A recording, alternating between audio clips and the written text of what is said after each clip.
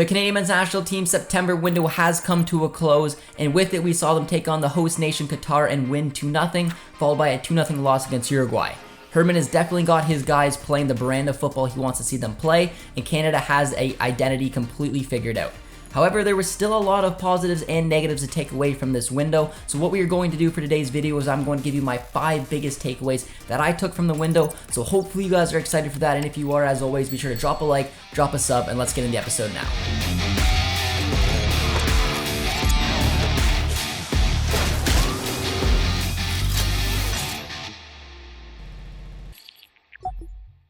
My first takeaway from the window is that John Herman has figured out his preferred front three, and it was a front three that every Canadian men's national team fan was dreaming of.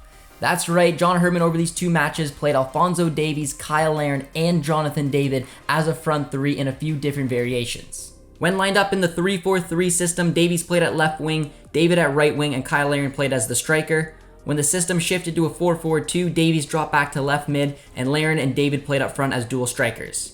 But what we saw a lot of, especially in the Uruguay match, was the 3-4-1-2 system. David and Larin played as dual strikers, and Davies played as a cam, having the freedom to roam the pitch as he pleased. In the opening match against Qatar, the 3 got off to the best possible start they could have hoped for, as both Kyle Larin and Jonathan David scored in the opening 13 minutes. Despite Larin not featuring much at club level, there is a reason he's the Canadian men's national team all-time leading goal scorer, as he just has the ability to find spaces and put the ball in the back of the net. Larin was subbed out at halftime, but the match was pretty much finished at that point anyways. The Uruguay match was definitely a trickier challenge, but the 3 still thrived together and were able to create some good high-quality scoring chances. Davies roamed around centrally, and most of the positive things that the 3 accomplished came through Davies, as he set David up a couple of times for a few decent chances which didn't trouble the opposing keeper too much. Davies also played in a perfect through ball for Kyle Larin, although a poor first touch took the chance away from him, and it was easily blocked in the end as a defender got a leg to it. Overall, the 3 looked very dangerous in the first match against Qatar, and they could have found the back of the net a few more times. Despite drawing a blank against Uruguay, they were able to create some great opportunities which should bring them confidence. If they would have been able to finish off their chances, it could have been a different result. Unfortunately, it's a lesson for them. If you don't take these chances, a side with high quality players like Uruguay will make you regret it. Despite a promising performance from his side, John Herman knows once the World Cup comes, only one thing matters, and that is the result. I just spoke with the lads in the dressing room and let them know that when you have that type of opportunity in a game, you got to take the chances. You got to win football matches, and there's not going to be any special award for losing games where you have a chance to win them. You lose games like that, you're going to drop out of a World Cup pretty quickly and go home. When we perform like that, you expect a result.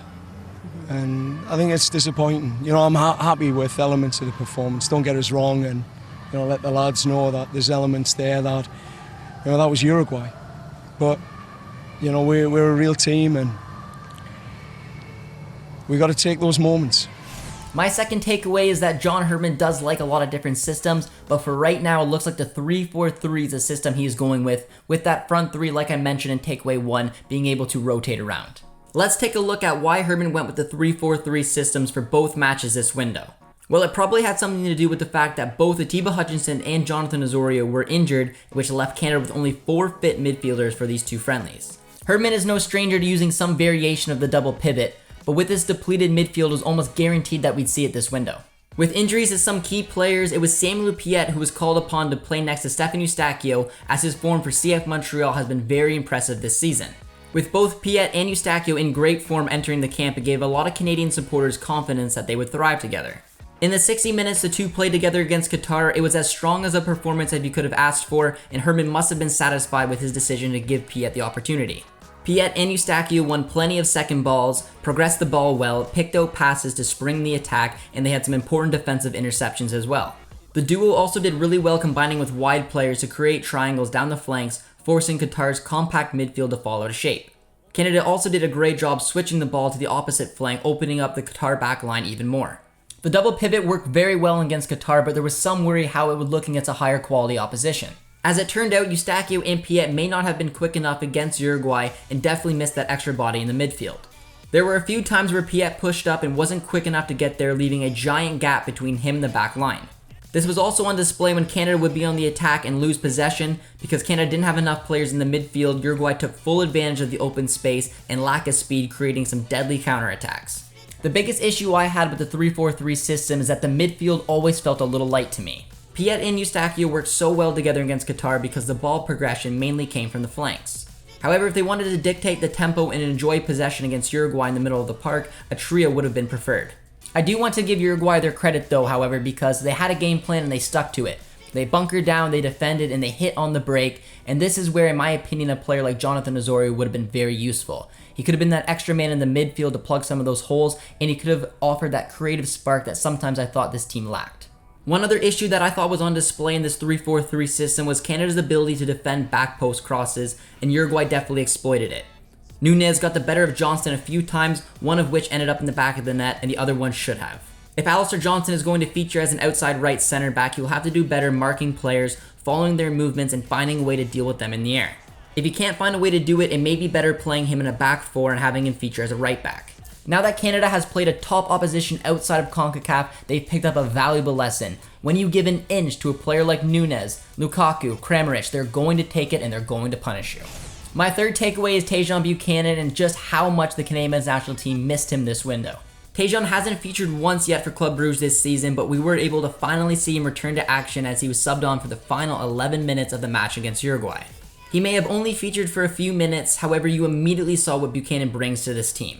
There now wasn't only just one route to goal through Alphonso Davies because Tajon Buchanan is also the type of player who will demand the ball and look to make things happen as he did down the left-hand flank in this game. Buchanan loves using his speed, taking on defenders 1v1 and looking to get balls into the box. Canada is a completely different looking team when Tajon is on the pitch because he gives the opposing defenders headaches all night long. During the Uruguay match, it seemed like if anything was going to happen for Canada, it was going to come through Alphonso Davies, and sometimes it seemed like he might have overthought it. Don't get me wrong, I thought Alphonso Davies was very influential in this match. I did like at times when he drifted centrally, but for me, his attributes are a winger. He is best as a winger when he uses that pace and he finds the ability to get beyond the defenders and go in at goal. Due to there not being another player on the pitch like Buchanan or Osorio, Davies often cut inside and acted as a cam. Now to be fair, I thought he did well holding the ball, fighting off challenges, and he did great setting up David and Larin for two really good opportunities to score. However, there was also times where Davies held onto the ball a little too long or played the wrong pass instead of playing what looked to be the easier ball to play in his teammate in on goal. Now for me personally, I think this comes down to Alphonso Davies simply just not being a 10. He's a quality player, a world-class player. It doesn't mean he can't drift in there from time to time, but he grew up playing as a winger and now is playing as a fullback. He doesn't really have those attributes that make a number 10. I think if a player like Jonathan Osorio is in those tight spaces and he sees that opportunity to make the pass, he'll more often make the correct one, the easier one, the one that will play in the teammate instead of maybe overthinking it just a little too much. I believe when Buchanan is on the pitch, it takes a lot of the pressure off of Davies to create something out of nothing because there's now two avenues that Canada can use and it doesn't all have to go through Alphonso Davies. I think the complexion of this match could have been very different if Davies and Buchanan had both been running at defenders all night long. When healthy, Buchanan will start in this new 3-4-3 system, and he will more than likely play down the right-hand side, which was occupied by Hoilett against Qatar and Loré against Uruguay. When Buchanan starts in this lineup, he will feature as a wingback, and he's very familiar playing there as he does it for Club Brugge. Although the system will shift, allowing him a little bit more freedom going forward, and he will be comfortable knowing that Alistair Johnston can slide in behind him as coverage when they shift into a back four when possession is lost. My fourth takeaway is the performance of Junior Hoilett. And like I just mentioned, he featured as a wingback in both matches and he looked very comfortable doing it. He has been playing a little deeper this season as a wingback for Reading, and it's looking like this could be an option for Herdman going forward. Hoilett is a very creative player, and in the match against Qatar, we saw him on the ball a lot, picking out passes, making good runs, and having the ability to pick out a pass, whether that's on the deck or in the air. Hoilett played all 90 minutes in the first match, which seemed to have many believe that Loré would get the start over him against Uruguay, and that's exactly what we saw. Richie didn't have a strong match against Uruguay as he was often isolated down the right-hand side. Everything in the first half went through Davies and he was operating down the left and centrally, so we weren't really able to see Loré at his best, which in my opinion comes when a player like Buchanan or Davies is playing in front of him. Loré thrives in making overlapping runs, whether it's on the right-hand side or the left-hand side, and combining with other pacey players. Now this new-looking front three really didn't play to his strengths, which unfortunately led him to get subbed off at halftime. Loré was replaced by Hoilett, and he once again showed that he has the ability to make a difference in the wingback role. He ended up becoming a lot more involved than Loraya was, mostly because in the second half, Davies mainly operated as a cam and whipped up the ball to Hoilett a bunch of times where he was able to pick out a pass and look to create opportunities. By the end of the match, Canada was in all-out attack mode, and at one point we even saw a back four of Hoilett at right back, Johnston and Miller at center back, and Davies at left back, although Davies and Hoilett were mostly pushing very high up the pitch. This window has definitely showed that Hoilett is proving to Herman that he can be a true utility player and he can play in almost any position you ask of him, whether that's a winger, center attacking mid, center forward, or even now as a wing back. Hoilett offers a little bit of everything to this Canadian side. He's a true leader on the pitch, has been with this group for a long time, and he has very high footballing IQ. He will be a very important player one way or another to John Herman come World Cup time. My fifth and final takeaway is one of the biggest positives from this window, and that is the continued impact from Ismail Kone from the bench. In the first match of the window, Piet was subbed off in the 60th minute for Kone against Qatar, and the 20-year-old took no time at all to make an impact in the match. Kone injected more speed to the midfield, he was a calming presence playing with such maturity, and he did really well shielding the ball and picking out forward passes. The immediate impression Kone has made on the national team has led to some conversations around him winning a starting role. If Canada is going to continue to play with this two-man midfield in this 3-4-3 system, it may be difficult for him to start because his profile lacks the necessary defensive awarenesses to fully optimize a two-man midfield. However, if Kone's rise continues and Herman decides he wants to play him in the starting 11, he'll have to switch up the shape to a 3-5-2 system, playing Kone in the midfield with Stephen Eustachio and potentially a player like Atiba Hutchinson or Mark-Anthony Kaye. After impressing from the bench against Qatar, Ismail Kone played around 30 minutes against Uruguay and once again impressed in the match. His ability to switch the ball across the pitch and progress the ball under pressure are two qualities that really impressed me. It didn't matter if there was just one player or three players closing him down, Kone never panicked on the ball, did well to ride challenges, and pick out a pass leading to a counterattack for Canada.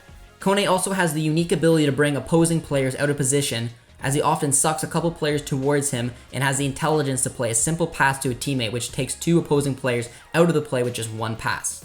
It seems like such a simple trait, sure, but having the ability to time it out properly, to get the players to close in on you, find your teammate, and then join the counterattack because he got the speed to do that is a very undervalued trait that he has. Herman said it best, he's never seen a profile quite like Kone's. With so much raw talent and technical ability, at the age of just 20, it wouldn't be unlikely to imagine Kone pushing for a starting spot in Qatar. It's not just Canadians that Kone is impressing, as Fabrizio Romano took to Twitter to praise the young midfielder. Impressive performance from 20-year-old Ismail Kone versus Uruguay, which should confirm his appearance in Qatar with Canada. Scouts were monitoring Kone again. He's expected to make a European move after being inches away from joining Sheffield United on deadline day this summer. Kone had some top championship sides taking a look at him like Norwich City and Sheffield United. The move didn't happen, but he has a huge opportunity in front of him. If he can perform like he did this window, leading up to the World Cup and maybe impressing with CF Montreal in the playoffs, there's an opportunity he could break into the starting 11, impress on the world's biggest stage, and maybe some clubs from the Premier League, Bundesliga, Serie A could take a look at this young rising talent. That is all the time we have for in this episode. I hope you guys enjoyed it. Let me know down in the comments if you agreed with my 5 takeaways or if you think I missed out on something. I definitely learned a lot from this window. I hope you guys did as well, and I know that John Herman did. So be sure, if you enjoyed the video, to drop a like, drop a sub as well if you want to help us get closer to our goal of 100,000 subscribers. And also be sure to subscribe over to One Soccer for all the best Canadian soccer coverage. My name is Josh Deming. Thank you all for watching. We'll talk to you soon. Cheers, friends.